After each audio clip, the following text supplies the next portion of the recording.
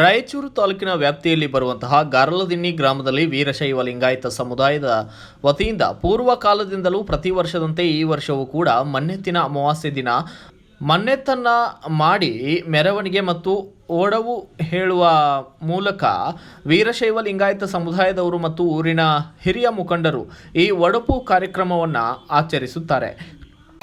ಜಲಗಿಲ್ಲದ ಬಾವಿಯ ದಂಡೆಯ ಮೇಲೆ ಬೇರಿಲ್ಲದ ದೇವರುಗಳು ಹುಟ್ಟಿದ್ದಯ್ಯ.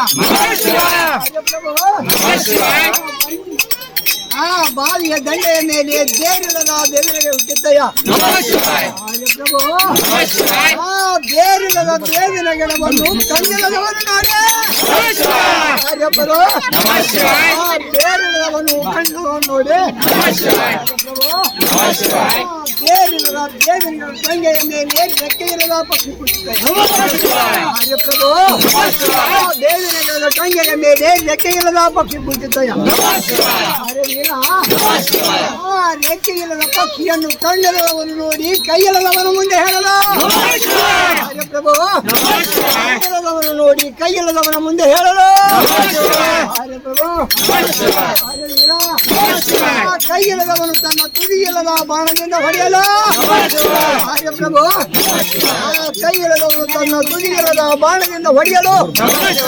ಇತ್ತು ಬೀಳಲಿಲ್ಲ ಎಂದಾದ ನಮ್ಮ ಅಮ್ಮೀರ ದೇವರ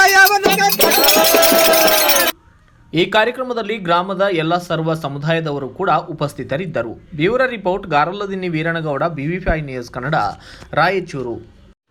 Thanks for watching. Read, discuss and debate with editor Dr. Yan Prashant Rao. Wanted reporters in print, digital and visual media for Bharat Vaibhav Daily Newspaper, BV News 5 Channel and BV Fast Web News from all the talukas of Karnataka, Goa and Maharashtra. If interested, send your resume to 9019229369.